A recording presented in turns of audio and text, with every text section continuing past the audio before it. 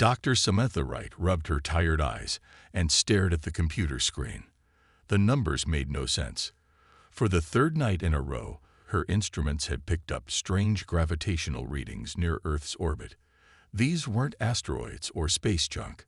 They weren't anything she could explain. "Kevin, can you look at this?" she called to her colleague across the quiet NASA lab. Kevin Barnes pushed away from his own computer and wheeled his chair over. His brow furrowed as he studied the data.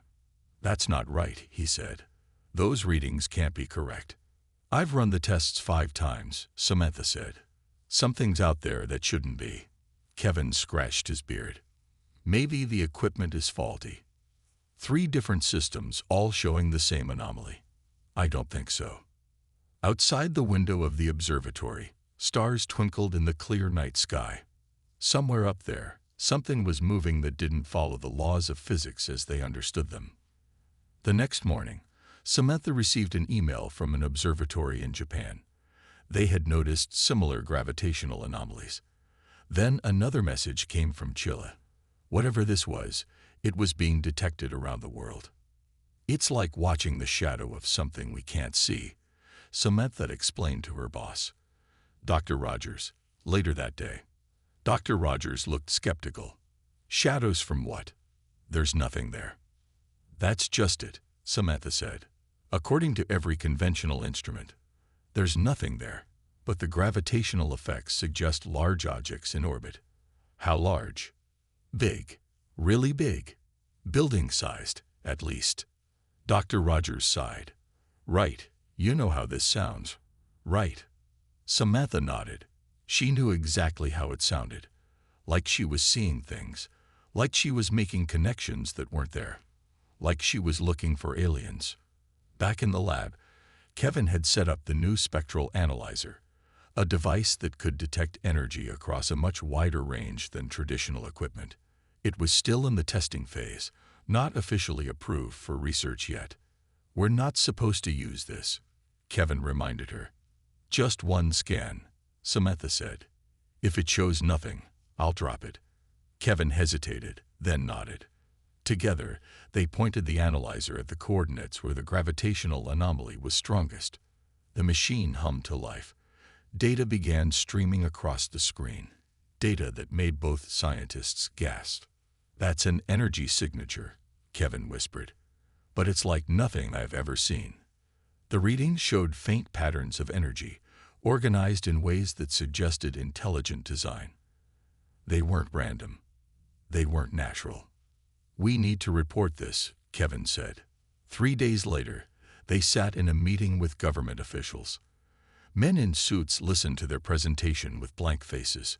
"So you're telling us there are invisible objects in Earth's orbit?" one man asked, not bothering to hide his disbelief. "We're telling you something is there that our regular equipment can't properly detect," Samantha clarified. "But the gravitational and energy evidence is clear." Dr. Wright, another official, said, "Equipment malfunctions happen all the time. Calibration errors, software glitches, across multiple observatories worldwide," Kevin asked, "all showing the same thing." The officials exchanged glances. "We appreciate your diligence," the first man said, "but without concrete evidence, there's nothing to act on." After the meeting, Samantha and Kevin stood in the parking lot. "They think we're crazy," Kevin said. "They're afraid," Samantha replied. "It's easier to dismiss us than consider the implications." "So what now?" Samantha looked up at the sky, where the sun was setting in brilliant orange. Somewhere up there, something was watching. She was sure of it. "Now we find better evidence," she said. "Whatever's up there, it wants to remain hidden. But nothing stays invisible forever." Kevin nodded slowly. "I'll call Alan Paulson. If anyone can help us see what's hiding up there, it's him." "Good," Samantha said, "because I think Earth is being washed, and we might be the only ones who know it." Commander Thelduz stood before the massive holographic display showing planet Earth. The blue-green world rotated slowly, dotted with hundreds of blinking lights marking Vizeri observation posts. His scales gleamed under the soft blue glow of the command center as he prepared his report. "High Council members," Theldos said proudly, "our observation network around Earth remains completely undetected. The humans continue their daily activities with no awareness of our presence." The 7 members of the Vazeri High Council nodded in approval. Their elongated heads and silver eyes showed no emotion, but Theldos could sense their satisfaction. "The cloaking technology functions perfectly," he continued. "Our ships and stations are completely invisible to human detection methods. Their primitive radar and visual systems cannot penetrate our stealth fields." "How long have we been observing them now?" asked Elder Vrax, the oldest council member. 52 Earth years, Theldos replied. "And in that time, not a single human has detected our presence." Elder Vrax leaned forward. "And what have we learned from these primitives?"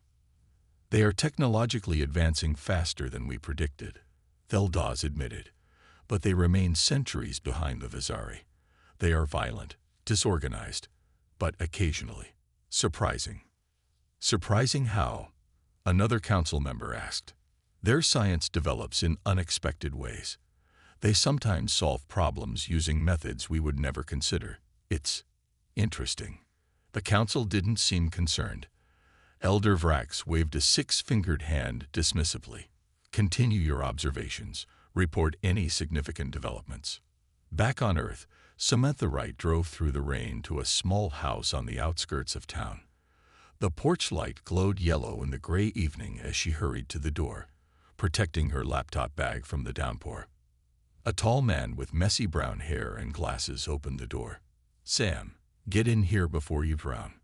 "Thanks, Alan," she said, shaking water from her coat. "Sorry to come by so late." Alan Paulson's living room looked more like a workshop than a home. Electronic parts covered every surface. Half-built devices and tools were scattered across tables and shelves. "So what's this big mystery you couldn't explain over the phone?" Alan asked, clearing papers from a chair so Samantha could sit. Samantha opened her laptop. "I need your help with something, but it's going to sound crazy." She showed him the data, the gravitational readings, the energy signatures, everything she and Kevin had collected. Alan's expression changed from curiosity to intense focus as he studied the information. "This isn't equipment malfunction," he said finally. "That's what I've been trying to tell everyone." Alan pushed his glasses up. "These energy patterns, they're too organized, too precise. This is technology, Sam, advanced technology. So you believe me? You think something's up there?" Alan nodded slowly. "The question isn't whether something's up there. The question is what, who, and why they don't want to be seen." "Can you help us?" Samantha asked. "We need a way to detect whatever's hiding up there, something more concrete than gravitational anomalies." Alan smiled for the first time. "You came to the right place. I've been working on something that might help." He led her to his garage, which had been converted into a laboratory. In the center stood a strange-looking device with antennas and what appeared to be modified satellite dishes. "What is it?" Samantha asked. "I call it a quantum detection system. It uses principles of quantum entanglement to detect objects that conventional sensors miss." Ellen patted the machine proudly. "It's still experimental, but if something's hiding up there using some kind of advanced cloaking, this might see through it. How soon can we test it?" "Give me a week to finish it and get it properly calibrated. Then we'll see if your invisible friends are really as invisible as they think." High above them, a Vazeri observation ship adjusted its position over the city, its crew completely confident in their perfect invisibility, unaware that humans had already begun to pierce their veil. The wind howled across the empty Wyoming plains as Samantha, Kevin, and Alan set up their equipment outside a small observatory. The facility had been closed for renovations, making it the perfect place to test Alan's quantum detection system away from prying eyes. "Are you sure this thing works?" Kevin asked, helping Alan connect the final cables to a generator. "Theoretically," Alan replied. "I've tested parts of it in my lab, but never the whole system together. Samantha checked her laptop, which was connected to the strange-looking device. Weather satellites show clear skies above us. If there's anything up there, we should get a good look at it. Alan stood up and dusted off his hands. Okay, here goes nothing. He flipped a switch, and the machine hummed to life. Dishes and antennas began to rotate slowly, searching the sky. For several minutes, nothing happened. The three scientists stared at the laptop screen, which showed only empty space. Maybe we need to adjust the... Alan began, but stopped when the screen suddenly flickered. What was that? Samantha leaned closer. The screen flickered again. Then, slowly, shapes began to appear where nothing had been visible before. Faint outlines at first, then more solid as Alan fine-tuned the system. "Oh my God," Kevin whispered. The screen now showed massive structures in Earth orbit. Some were clearly ships of some kind, while others appeared to be stations. They were everywhere, dozens of them, positioned over major cities and landmarks around the world. "It worked," Alan said, his voice filled with disbelief. It actually worked. Samantha stared at the screen, her heart racing. "Those aren't ours. They're not Russian or Chinese or anyone else's. Those are alien," Kevin finished for her. "Those are alien ships." Alan adjusted some settings, and the image became clearer. The structures had smooth, curved designs unlike anything humans had built. Some were enormous, easily the size of several football fields. "They're watching us," Samantha said. "They've been watching us for who knows how long." "We need to tell someone," Kevin said. "Tell who?" Samantha asked. "The government already dismissed us once. That was before we had this." Alan gestured to the screen. "This is proof." As they debated what to do, Samantha noticed something on the screen. "Look at the movement patterns. They're not random. They're organized, deliberate. They're positioned to observe specific things." Kevin pointed to several smaller objects moving between the larger structures.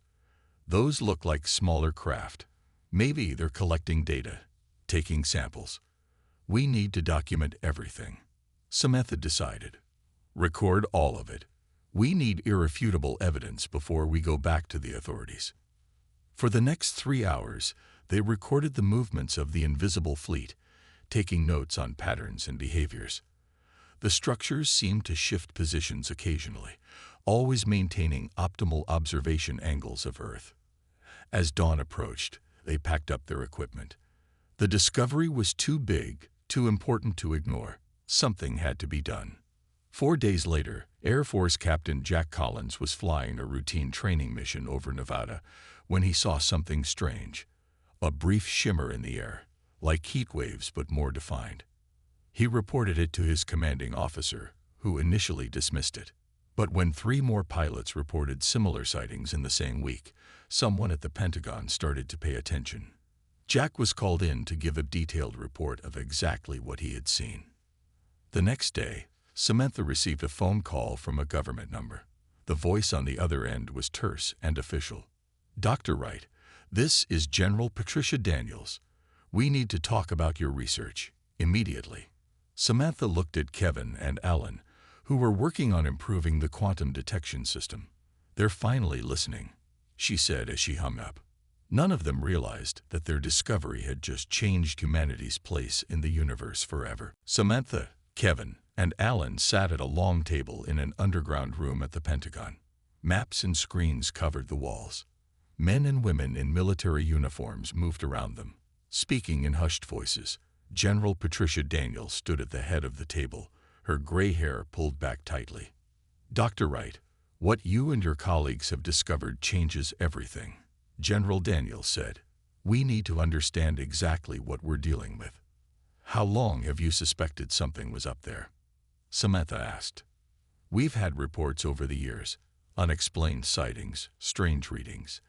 Nothing concrete enough to act on." The general's face was serious. "Until your detection system provided the first real evidence." A man in a dark suit entered and took a seat near the general. "This is Chris Hendricks, National Security Advisor. she explained. Chris nodded at the scientists. The president has authorized the formation of a special task force. You three will work with our military and intelligence teams to assess this situation. Kevin leaned forward. So what do we do? Contact them. Shoot them down. Neither for now, Chris replied. First, we need to understand their capabilities and intentions. General Daniels pressed a button, and a map appeared on the main screen showing red dots all over the world. Using your detection system, we've identified 57 alien observation posts orbiting Earth. Most are positioned over major cities, military installations, and key infrastructure. They're studying us, Samantha said. Yes, the general agreed. And they think we don't know they're there. That gives us an advantage. Alan adjusted his glasses. You want to keep pretending we can't see them. Chris nodded. Exactly. We'll continue normal operations while secretly gathering more information. A young woman with short black hair entered the room carrying a laptop. General Daniels introduced her as Olivia Martinez, a computer scientist from the NSA.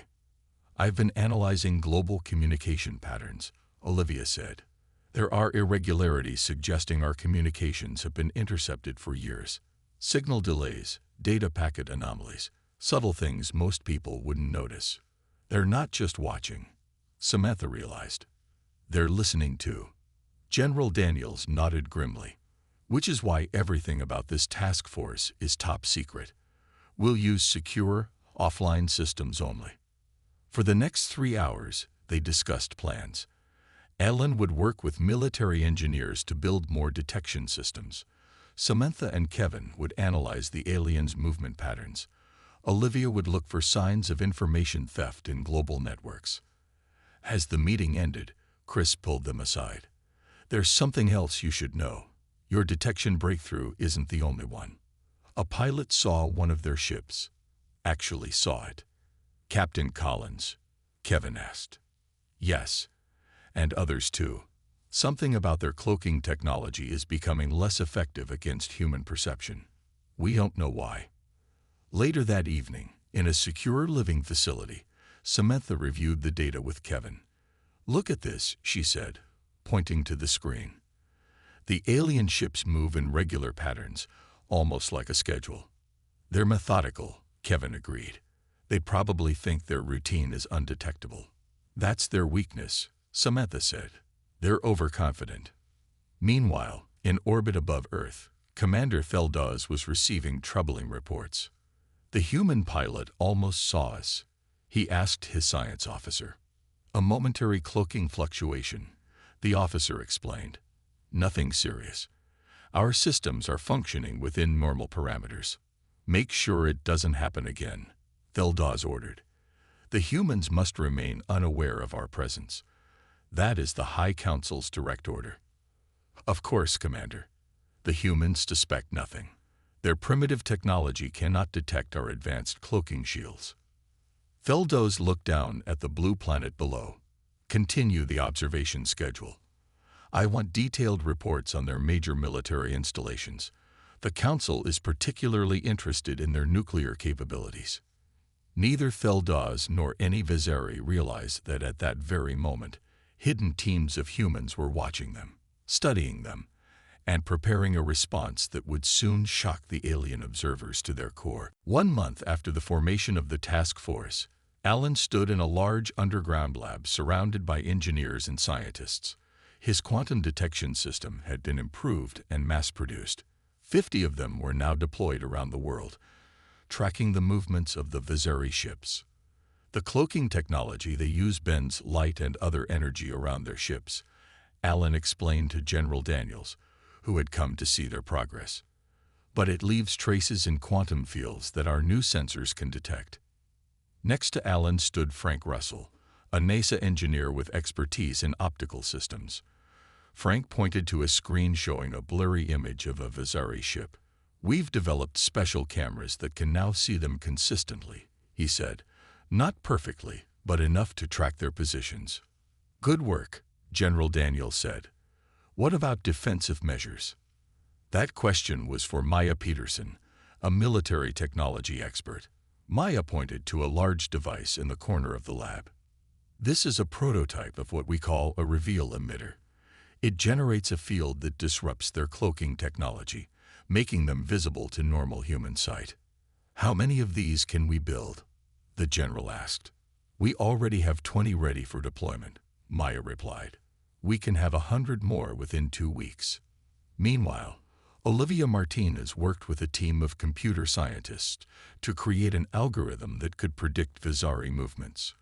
They used data from the detection systems to map patterns and routines. They're creatures of habit, Olivia told Samantha as they reviewed the data. Every ship follows the same path at the same time each day. They rotate observation posts on a fixed schedule. They'd grown comfortable, Samantha said. They don't think they need to be careful because they believe we can't see them. Their overconfidence gives us an advantage, Olivia agreed. In orbit above Earth, the Vizari continued their observation, unaware of the human activity below. Commander Feldaz received a message from the High Council approving his request for additional ships. The humans are developing faster than expected, he told his officers. We need more observation posts to monitor their progress. Is the Council concerned? His second-in-command asked. Curious, not concerned, Feldaz replied. The humans have interesting ideas, but they remain centuries behind our technology. Their detection systems are primitive. They cannot see through our perfect cloaking. As the Vizari expanded their fleet around Earth, they moved their ships closer to human cities and military bases. Their confidence grew with each day that passed without any sign that humans could detect them. Back on Earth, the task force was ready to begin the next phase of their plan. General Daniels called a meeting with all key team members. We've learned everything we can about their technology and patterns, she said. Now we need to decide what to do with this information. We could try to communicate with them, Samantha suggested. Or we could take more aggressive action, a military advisor said. Chris Hendricks, who had been quiet until now, spoke up. The president believes we should reveal that we know they're there, but do it in a way that shows strength without being threatening. A show of technological capability, Alan said, understanding. Exactly, Chris nodded. We want them to know that humans aren't as primitive as they think we are. The team spent hours developing a plan. They would use the reveal emitters to make the Vizari visible, not just to their special equipment, but to every human on Earth. They would do it during a moment when the Vizari would be most surprised. The United Nations General Assembly is next week, Olivia said. According to our tracking, the Vizari always observe important human gatherings. They'll have at least 3 ships positioned over New York. Perfect, General Daniels said. That's when we'll make our move. Operation Revelation begins in 1 week.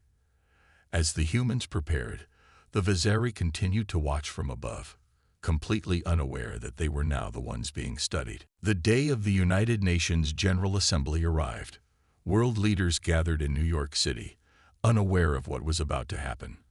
Outside the UN building, tourists took photos and news crews set up cameras. It seemed like any other important diplomatic event, but hidden throughout the city and around the world, teams waited for the signal to activate the reveal emitters. Samantha, Kevin, and Alan monitored the situation from a command center beneath the Pentagon. General Daniels stood nearby, watching multiple screens showing Vizari ship positions. 3 Vizari observation ships are now in position over the UN building, Olivia reported, just as we predicted. In orbit, Commander Feldaz observed the human gathering with interest. Record everything, he instructed his crew. The High Council wants detailed analysis of how these primitive beings conduct diplomacy. His science officer nodded.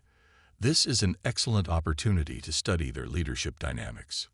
None of the Vizari noticed the small, ordinary-looking devices that had been placed on rooftops throughout New York City, nor did they detect similar devices positioned around major cities worldwide. Inside the UN building, the Secretary General began his opening speech. As planned, he included a special phrase that was the signal for the operation to begin. In a world of increased transparency, humanity stands ready to face new horizons together. In the Pentagon Command Center, General Daniels nodded to Maya. Activate the emitters. Maya pressed a sequence of buttons. Emitters activated worldwide. For a moment, nothing seemed to happen. Then one of the technicians called out, "Energy spike in the Vazari cloaking fields. They're destabilizing." On screens around the command center, the blurry outlines of Vazari ships suddenly became clear and solid. Their sleek oval shapes with glowing blue markings became visible not just to the special cameras, but to normal human vision. In New York, people in the streets looked up and gasped. The previously empty sky now contained 3 massive alien ships hovering above the city. Similar scenes play out in cities around the world as over 50 Vazari ships and stations suddenly appeared in Earth's skies. Inside the UN building, the Secretary General paused his speech as screens behind him showed the ships now visible above the building. Murmurs turned to shouts of alarm. "Keep calm," the Secretary General said, following the script they had prepared. "Everything is under control." On the main Vazari ship, alarms blared. "Commander," a panicked officer shouted, "our cloaking field has failed. We're visible to the humans." Commander Theldaz stared in disbelief at the readings. "Impossible. Run diagnostics. Restore the field immediately." "I can't," the officer replied. "Something is interfering with our technology." Another officer called out, "Commander, the humans are looking directly at us. They can see us." "Not just in this location," a third officer reported. "Reports coming in from all observation posts. Cloaking failure is worldwide." Theldaz felt panic rising. This was the worst possible scenario. The primitive species they had been secretly observing could now see them. Back on Earth, the next phase of the plan began. Massive holographic projectors activated in major cities, displaying enormous images of the Vazari ships in the sky for everyone to see, even those not directly under a ship. Then, Captain Lisa Montgomery, who had been chosen for her clear, commanding voice, broadcast a message that had been carefully crafted. The message played through all radio frequencies, television stations, and was projected as sound from the holographic displays. Most importantly, it was broadcast using frequencies the humans knew the Vazari used for communication. To the Vazari vessels in Earth orbit, Lisa said calmly, "We see you. We've been tracking you for some time now. Your cloaking technology is impressive, but not perfect. We suggest we open diplomatic communications immediately. We await your response." The message was then repeated in the Vazari language, which Olivia's team had deciphered from intercepted communications over the past month. On his ship, Commander Theldaz listened to the message in his own language with growing horror. The humans had not only seen through their perfect cloaking, but they knew who the Vazari were and could speak their language. The impossible had happened. The observers had become the observed. Commander Theldaz had never felt such shame. He stood before the Vazari High Council, his scales dull with stress. The grand chamber was silent as the 7 council members stared down at him. "You have failed us, Commander," Elder Vrax said. His voice was cold. "The humans were not supposed to know of our existence." "I don't understand how this happened," Theldaz said. "Our cloaking technology is the best in the galaxy. No species has ever detected it before. Yet these humans did," another council member said. "They not only saw through our cloaking, but they learned our language and prepared a coordinated response." Elder Vrax leaned forward. "We have monitored 17 different species across the galaxy. None have ever discovered us. What makes these humans different?" Theldaz had been asking himself the same question for days. "They are resourceful. They solve problems in unexpected ways.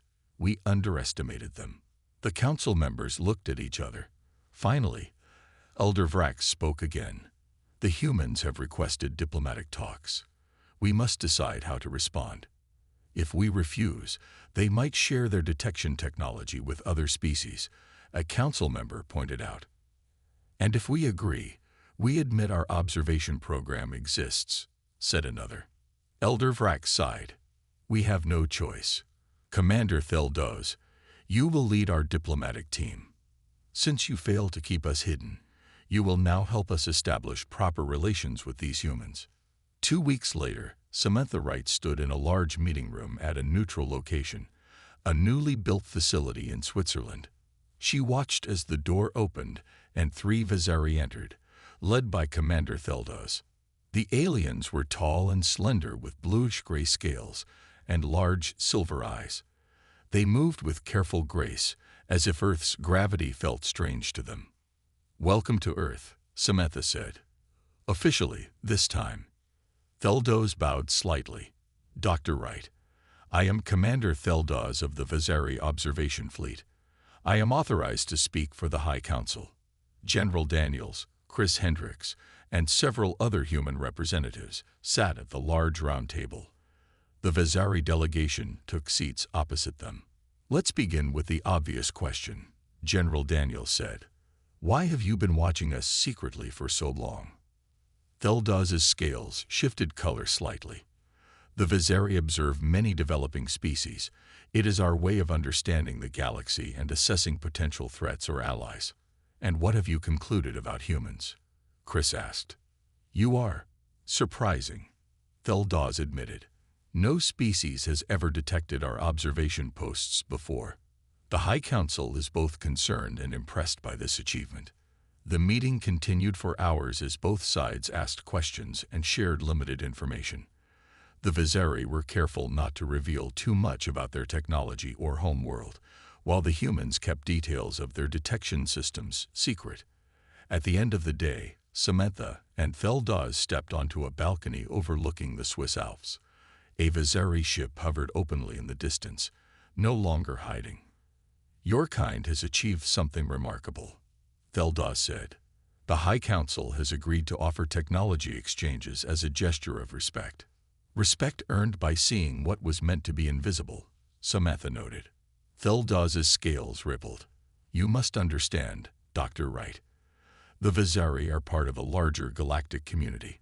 We observe species until they prove ready to join that community. And our detection of your ships proved we're ready.